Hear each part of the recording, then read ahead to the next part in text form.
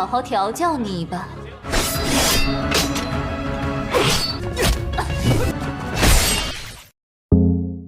Hey, halo guys, apa kabarnya? Baik-baik saja kan? Dan di episode kali ini saya akan menceritakan sebuah donghua yang berjudul The Flame Imperial Guards, yang mana sinopsis film ini mengisahkan tentang kekacauan yang terjadi akibat beberapa kelompok yang memberontak dan menebarkan ancaman ke segala penjuru untuk mencari informasi tentang suatu ilmu bela diri, hingga sebuah pasukan khusus diciptakan untuk menangani masalah itu oleh kekaisaran bernama pasukan elit Qin Ji Wei, yaitu pasukan penjaga api dalam memberantas para pasukan-pasukan kriminal itu, yang mana dengan kemampuan mereka pun membaur dalam riuhnya hiruk-pikuk suasana kota untuk menjalankan tugas yang mereka emban.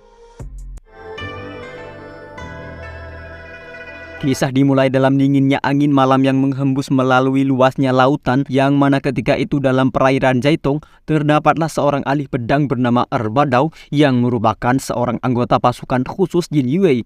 Ia yang saat itu tengah bertugas untuk memantau lautan, kemudian datanglah kedua orang anak kecil yang akan mengantarkan makanan untuk Erbadao. Akan tetapi suasana yang awalnya tenang kemudian berubah mencekam tatkala Erbadao merasakan sesuatu hal yang aneh tengah mendekat dan membuatnya cukup waspada. Hingga benar saja tak lama berselang kemudian air yang tenang mulai menghembuskan gelombang kecil yang mengindikasikan sesuatu yang besar kini tengah berada di bawah perahunya. Tanpa ia duga-duga ternyata kemudian sebuah kapal selam kecil tiba-tiba muncul dari dalam air dengan begitu tiba-tiba hingga perahu Erbadao hancur tak tersisa. Yang bersamaan ketika itu muncullah beberapa orang yang ternyata merekalah salah satu anggota kriminal yang menebarkan ancaman, hingga Erbadao mengatakan pantas saja mereka susah dipantau karena dalam menjalankan aksinya mereka ternyata menggunakan jalur bawah air.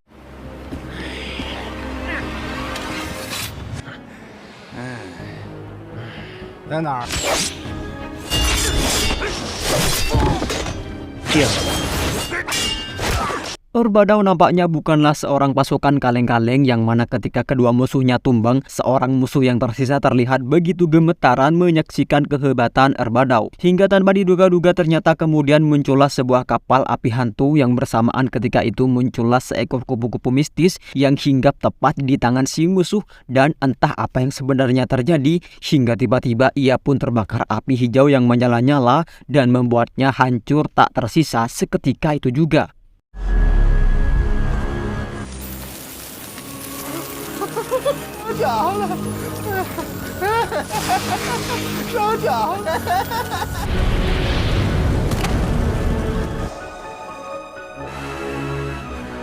Merasa tak punya harapan lagi untuk hidup, kemudian Erbadao bersikeras untuk melawan semua kupu-kupu sekuat yang ia bisa. Namun sebelum itu ia menyebutkan seorang pasukan yang sama dengannya yang bernama Qin Hu, yang ia katakan Qin Hu masih mempunyai hutang padanya, dan ia mengatakan sudah pasti Qin Hu akan terbebas dari hutang-hutangnya yang kini menjeratnya ketika ia sudah menghembuskan nafas terakhirnya di tempat tersebut.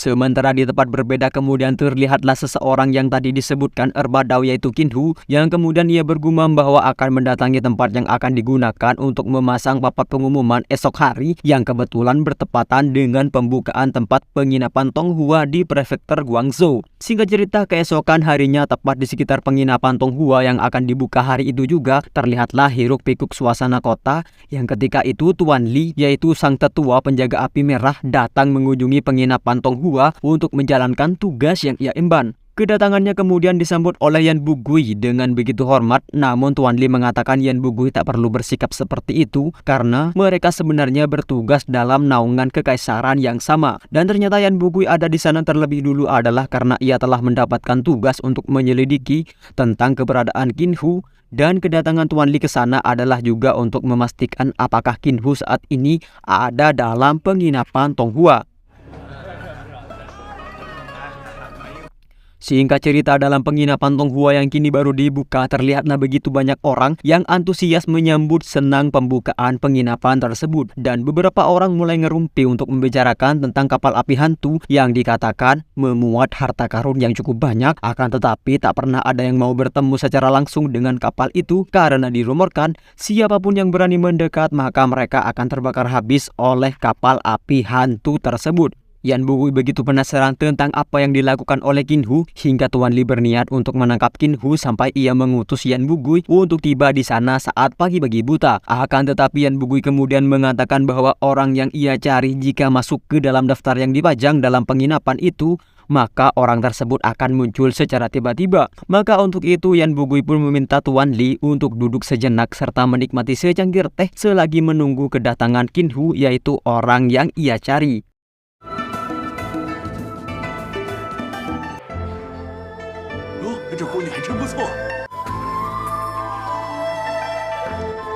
Pertunjukan yang tadi kita lihat adalah sebenarnya juga sebagai hiburan untuk menyambut hari pembukaan penginapan Tonghua tersebut, yang mana dengan adanya hiburan itu maka akan semakin menarik minat orang untuk menginap di sana. Hiburan yang berkelas itu tentu saja membuat orang-orang senang termasuk Tuan Li, karena dikatakan penginapan Tonghua sudah menyebar ke seluruh dunia dan merupakan penginapan terbaik. Hingga tak lama kemudian muncullah seorang pria bernama Xiao Ting dan beberapa orang yang juga bermarga Xiao lainnya dan sama-sama anggota Paviliun Dingjian, dan kedatangan mereka ke sana adalah untuk membuat suatu keributan karena mereka terlihat ingin menunjukkan kehebatan mereka dengan cukup sombong. Keributan terjadi yang pada awalnya mereka meminta 4 orang penari untuk minum bersamanya, namun hal tersebut ditolak oleh si pelayan karena itu melanggar SOP yang diterapkan di penginapan Tonghua. Xiao Ting begitu marah akan hal tersebut, namun ternyata si pelayan bukanlah seseorang yang ecek-ecek dan membuat Xiao Ting hanya bisa duduk menikmati pertunjukan karena kehebatan pelayan tersebut. 既然知道是本少侠，那还不让他们过来？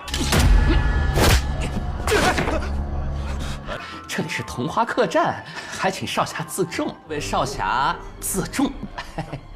Beberapa saat kemudian seorang penari bernama Aya mempresentasikan bahwa sebentar lagi papan pengumuman yang memuat nama beberapa orang yang muncul setelah 3 tahun lamanya tak lama lagi akan segera ditunjukkan. Dan ketika papan pengumuman itu ditunjukkan, Xiao Ting nampak begitu marah karena Xiao Shuang, yaitu saudaranya dari Paviliun Dingjian, peringkatnya kalah oleh seseorang yang bernama Qin Hu. Dan karena itu pun Xiao Ting tidak terima serta berusaha untuk memprotes akan daftar yang menurutnya sama sekali salah dan sama sekali tidak pantas untuk ditunjukkan pada saat itu. Aya berusaha mengatakan bahwa mereka memohon maaf akan kesalahan itu dan meminta Xiao Ting untuk tenang karena mereka akan memeriksa apakah hal tersebut benar adanya. Xiao Ting memprotes sebenarnya adalah karena ia tak menyukai bahwa jika Qin Hu berada dalam daftar itu, karena menurutnya hal tersebut sama sekali dengan menghina Paviliun Dingjian miliknya. Namun si penari sudah kehabisan kesabaran untuk menenangkan Xiao Ting, apalagi Xiao Ting menghina para penari dengan meminta mereka untuk menemani serta menjadi pelayan bagi Xiao Ting, hingga mereka pun mengatakan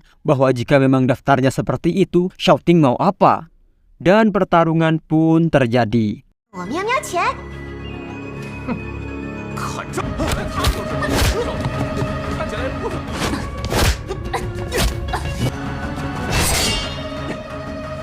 Ya, Qin Hu yang sedari awal dicari oleh Tuan Li kini tiba-tiba ada di sana untuk melindungi para penari, karena itu juga merupakan bagian dari tugasnya, karena ialah yang bertugas menjaga keamanan, apalagi ia bagian dari pasukan khusus Jin Yiwei. Xiao Ting kemudian berniat untuk menyerang Qin Hu karena ia telah ikut campur akan masalah itu. Namun kemudian seorang penari bernama Aya kemudian berusaha melerai, namun Xiao Ting tetap akan berusaha menyerang Qin Hu hingga tiba-tiba kemudian muncullah seseorang yang bernama Hua Wuban yang turun tangan untuk menangani kericuhan tersebut. Kekuatan mereka nampaknya tidak setara yang kemudian Qin Hu tak mampu bergerak lagi meski hanya dengan sekali tepukan tangan hingga Xiao Ting dipukul mundur oleh Hua Wuban tersebut.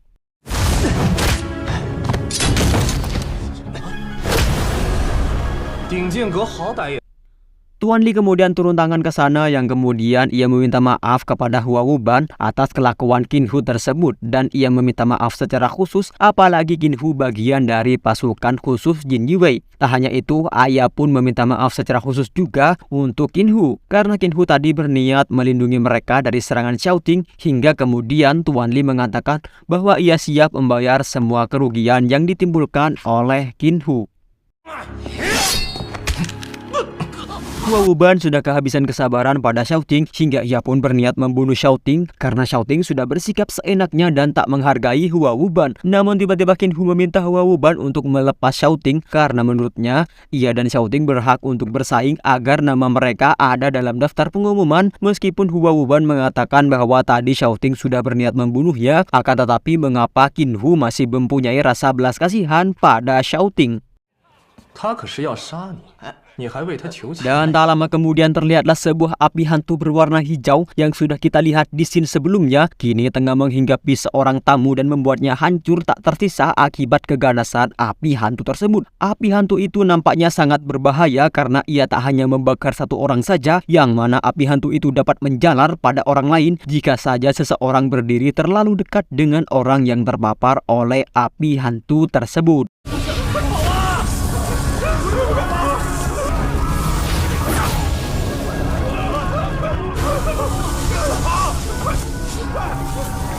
Ketakutan pun menyebar pada seluruh orang dalam penginapan Tonghua karena sudah jelas-jelas mereka takut tersambar oleh api hantu tersebut hingga pembukaan penginapan Tonghua kacau akibat terjadinya hal tersebut. Dan karena kejadian itu, Hua Wuban pun meminta Qin Hu untuk mengganti segala kerusakan yang telah mereka buat. Dan setelah itu kemudian Hua Wuban meminta Yan Bugui untuk menyelidiki kasus tersebut karena Yan Bugui sendiri adalah kepala polisi di prefektur Guangzhou. Mereka cukup penasaran akan apa yang sebenarnya terjadi hingga Qin Hu kemudian mendekat pada korban dan mencoba meraba-raba sisa dari tubuh korban yang sudah terbakar habis. Dan belakangan diketahui bahwa Qin Hu sebenarnya juga adalah seorang polisi dan kedatangan Tuan Li ke sana bukanlah untuk menangkap Qin Hu, melainkan untuk memberikan sebuah perintah yang khusus ditunjukkan kepada Qin Hu. Tak lupa Tuan Li kemudian juga mengatakan bahwa Erbadao telah meninggal dunia dengan terbakar oleh api hantu dan ia meminta Qin Hu untuk menyelidiki hal tersebut. Yan Bugui kemudian juga menceritakan hal-hal yang sama, yang mana kemudian ia juga mengatakan bahwa teror api hantu yang telah menyebar telah menghantui prefektur Guangzhou di sekitar sungai dan danau, yang mana dikatakan telah banyak korban yang meninggal dunia akibat api hantu tersebut dan ketakutan telah menyebar ke seluruh penjuru prefektur Guangzhou. Dan Tuan Li pun berpesan jika saja Qin Hu lari lagi dari tugasnya, maka semua kerusakan yang ada dalam penginapan Tonghua sepenuhnya akan dibayarkan oleh Qin Hu dengan memotong gaji yang diperoleh Qin Hu sepenuhnya. Dan itu membuat Qin Hu cukup merasa takut, apalagi ia mempunyai hutang pada Erbadao. Akan tetapi Tuan Li kemudian menjelaskan bahwa Erbadao telah meninggal dunia,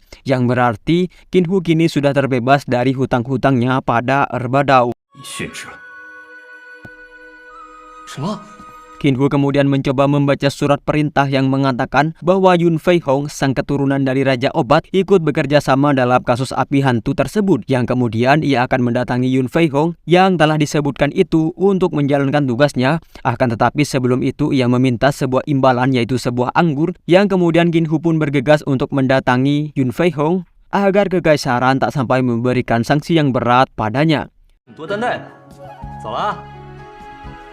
Dan di atas sana seorang wanita lagi kini terlihat begitu tertarik kepada Qin Hu, akan tetapi rekannya mengatakan mereka harus fokus pada tujuan mereka, yang kemudian mereka mengatakan bahwa mereka akan mendatangi Yun Fei Hong, sehingga dikatakan bahwa Yun Fei Hong adalah target mereka berikutnya, yang mungkin saja kedua orang tersebut adalah salah seorang dari anggota kriminal yang lain. 这个人真有意思。 Singkat cerita, Yun Fei Hong, sang keturunan Raja Obat yang mengalami kebutaan, kemudian berendam dalam sebuah kolam air hangat, yang kemudian pelayannya mengatakan bahwa kekaisaran telah menunjuknya untuk membantu pasukan khusus Jin Yiwei, yaitu pasukan dari Qin Hu, dalam menyelidiki kasus kapal api hantu yang telah membunuh Erbadao, hingga kemudian ia pun bergegas untuk segera menjalankan tugas yang kekaisaran telah tunjuk khusus untuk dirinya. 宫中已经委派您协助锦衣卫。